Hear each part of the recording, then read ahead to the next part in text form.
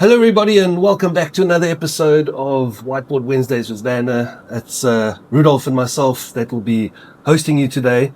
And obviously, there's a little bit of an imbalance that we've got going here. I'd like coffee, but obviously, you like way more coffee than I do. And, they might be both the same color, but there's definitely a size difference. The big question is, are you sure this is coffee? Look, Rudolph, I'm not gonna check. We'll see by the end of the interview what happens and where you are in our state of coffee drinking. But our last episode, we're still in the month of February. We spoke about relationships, especially with your cloud vendor. What does a breakup look like? Why people break up with their cloud vendors? And then now you're going out into the market again, right? Yeah. Putting yourself out there. And you might be looking at swiping left or right on a new partner. And there's often, if you remember that there's some documentaries of how these things can go really bad, and there's swindlers and scamsters who portray one thing, but the next thing is that your pockets are empty, or you find yourself without a kidney. Really varies. And we want to avoid these things, right? We want to give our audience a bit of a guys, red flags to look for, green flags to look for. Yeah. So before you swipe, I don't know which way it is actually. Yeah, I think one of the things that we just want to reiterate is that the thing with a lot of the times people are risk averse. So they believe rather the devil you know than risking something new. And I think a lot of that also happens with the cloud providers is you kind of sit in the situation where you're not happy with the service that you're getting, but you kind of feel, well, it's okay. It's too risky to move my data. And we're here to tell you that there is better ways of doing it. And there's a more effective way of doing it. And we want to invite you to come and have a step look out of that comfort zone and just have a look. Yeah, we ended up about not settling, right? Yeah, 100%. In our last one. So, but to your point, it is tricky. There is risk, 100%. And you don't want to invest time and effort and money and all of that type of thing and find out that you're still in the same thing. So people do go for the perceived safe option, right? I think some of the things that we need to highlight as red flags is on the pricing kind of aspect, consistency. People don't mind a little bit of variance here and there. We all have our ups and downs, right? But when it's kind of blatantly going in the one direction, it's a bit of a problem, right? Yeah, I've also seen instances, especially with the bigger hyperscalers, where they'll give you like what's called an onboarding credit, where they'll give you a specific time where they don't bill you for a specific period while you start consuming their services. I've seen them actually for some of the larger organizations. They even give cloud services as much as you want free for a year. And guys think, well, that's fantastic. We don't have to spend on cloud for a year. And then after that year, you get slapped with a bill that's no joke. That's a kind of a bit of a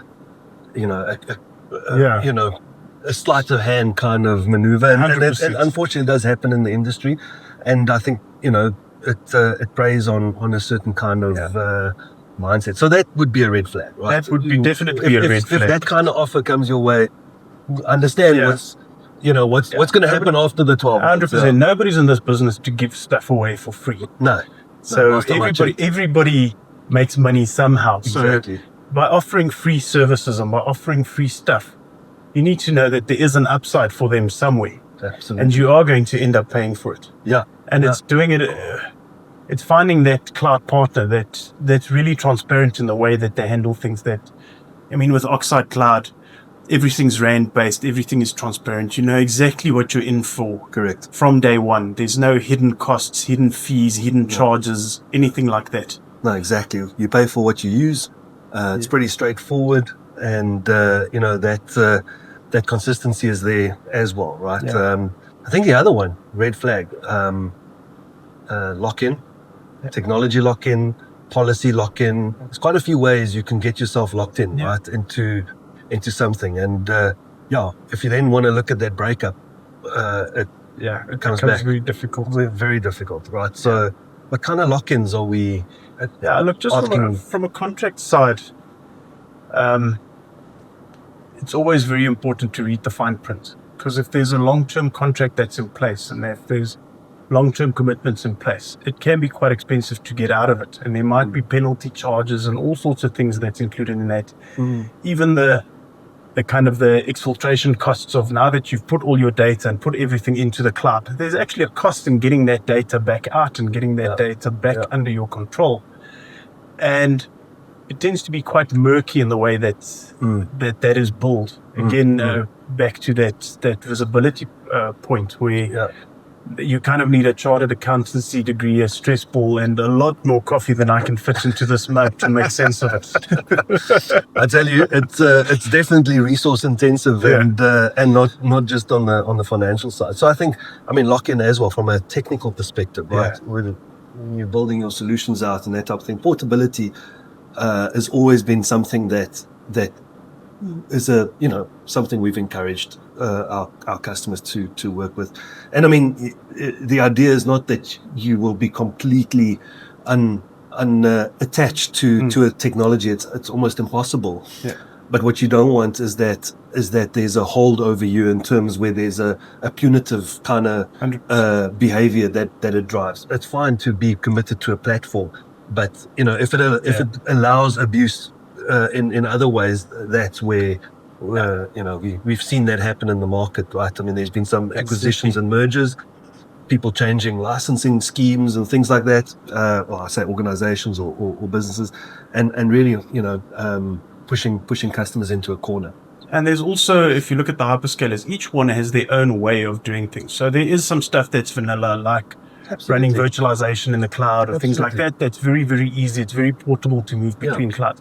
But the moment you start consuming those cloud-specific services, whether it be GCP, whether it be Azure, whether it be AWS, if you start using those proprietary type of services, it's very difficult once you are heavily invested in that and you've had that integration tax paid to now start pulling those services out, because they're developed and they're built for that cloud environment. And suddenly, if the terms and conditions and the way that service is delivered changed, it's very, very difficult for organization to now take their application or take out, retool it and get it into another environment. And it's a paradox, right?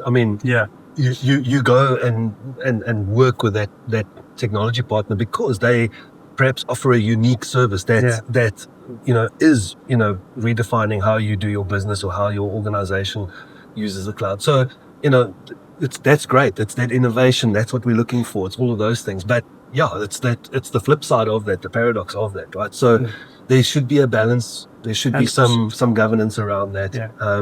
In trying to at least architect and to use that cloud in terms of building it towards some openness, 100%. As well. I think the whole thing of that design paradigm of using like open systems methodologies and using not using proprietary technologies, I think that makes a lot more sense, because it gives you that freedom. If an environment becomes untenable, then you can easily move those services across. And that's the thing. And you've got to think of it like this. It doesn't mean that you get locked into a platform. Really understand the technologies. There's often open technologies that are wrapped right through adding support and management and all of that type of thing. But the underlying core technology, for instance, if we just use Kubernetes, for instance, that's an open source platform. You can go and download it, and then there's a whole bunch of kind of wrapped versions for that. But it still allows portability. Kubernetes here and Kubernetes there is kind of the same. And I think that's one of the main value drivers why we see a lot of adoption of containerization, getting very technical. The stuff, but a little bit. But anyway, just from a containerization point of view, that's exactly the value proposition. Is you have a stateless container that's very, very portable. Yes. Irrespective of what underlying infrastructure, what underlying cloud platform you're utilizing. Correct. So those are some of the things that we would highlight, I think, in terms of, if you out there and you're re-looking about, how that would work. Oxide, we we kind of build, and our ethos around how we approach our market is with those things in place, right? So we don't lock in. There's no punitive behavior in terms of potential egress if you do want to get your data out or move away. And the technologies we use are allowing portability and for people to create and for people to be able to operate with that. And those are the tenets on which we do this. It's it's your data, it's your cloud, and that's how we see things. 100%. Yeah. Thanks, Rudolph. Thank you very much. Love the mug. I'm going to get myself one of those. Thank you, everybody, for watching. Really, really good to have you.